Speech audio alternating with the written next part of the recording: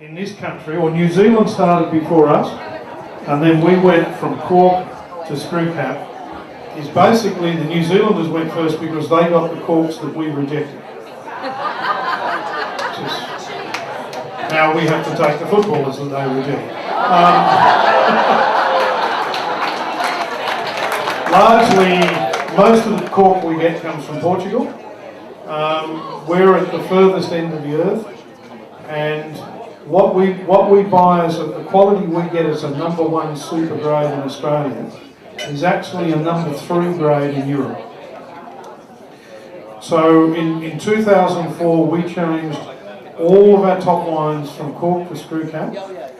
We went to 6 cork companies 5 times each, so it's 30 different batches, and we have 12 separate tests in our quality control system. Not one of those, and these corks were between $1.20 and $2 a cork. Not one of them passed quality control. Now, one of the major tests we do, and for our top wines, is to put 200 corks individually in a jar of distilled water for 48 hours. And then they're all poured out, and at least 6 people will taste through them. I've got to tell you, tasting 200 glasses of water is pretty interesting. Jesus. I don't know why we never soak them in vodka. That would have been a lot more fun. Now, our rule was if the aggregate of the 6 tasters, the weighted average was 3% or over, we would, with any form of taint that you could smell.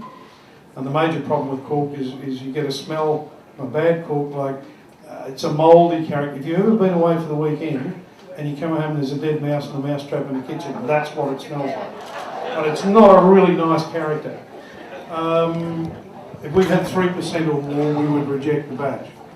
In that set of tests, the corks that were $2 each was 33% tainted.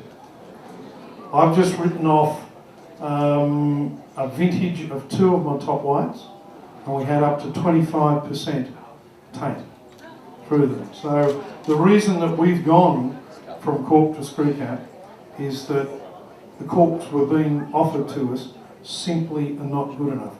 If 1 in every 6 Commodores, you picked it up, drove it home, put it in the garage, proudly got in it the next morning, turned the engine on, and the engine exploded and the wheels fell off, wouldn't sell a lot of Commodores. So the other thing with the great thing for screw cap now is as Australia moves to Asia much more for our export markets.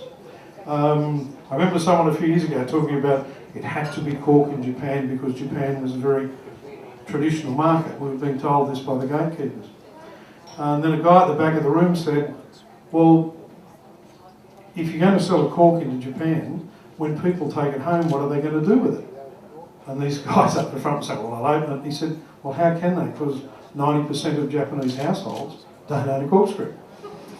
So we're finding in those areas that screw, and look, it is so much easier. There's a lot less mucking around.